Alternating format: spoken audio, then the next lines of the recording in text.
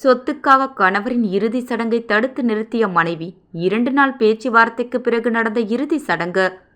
தெலுங்கானா மாநிலம் பெத்தப்பள்ளி மாவட்டம் மாந்தனி மண்டலம் விலோச்சாவரம் கிராமத்தை சேர்ந்தவர்கள் சுனில் மற்றும் சந்தியா தம்பதி. இவர்களுக்கு ஒரு மகனும் உள்ள நிலையில் ஐதராபாத்தில் வசித்து வந்தனர். சுனில் அடிக்கடி குடித்து வந்ததால் சந்தியா 1 வருடமாக பிரிந்து வாழ்கின்றார்.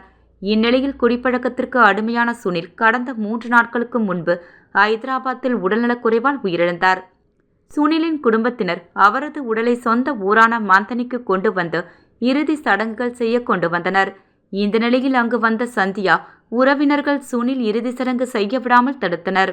சந்தியாவிற்கு ஒரு மகன் இருப்பதாகவும் அவனை வளர்க்க சொத்தில் பங்கு தருமாறு கேட்டனர். சொத்து தகராறு காரணமாக தகனம் செய்வது தடுக்கப்பட்டதால் சந்தியா மற்றும் அவரது குடும்பத்தினர் அப்பகுதியினர் மற்றும் அதிகாரியிடம் தெரிவித்தனர். இதனால் சுமார் 2 நாட்களாக கோதாவரி ஆற்றங்கரையில் சுனிலின் சடலத்துடன் சுனிலின் குடும்பத்தினர் இறுதி சடங்குகளுக்காக காத்திருந்தனர். இறுதியாக ஊர் பெரியவர்கள் பேச்சுவார்த்தை செய்து ஊரிய சொத்து பிரித்து தருவதாக வாக்குறுதி அளித்ததால் சந்தியா தன் மகனை வைத்து இறுதி சடங்கு செய்து ஐதராபாத்திற்கு அழைத்து சென்றார்.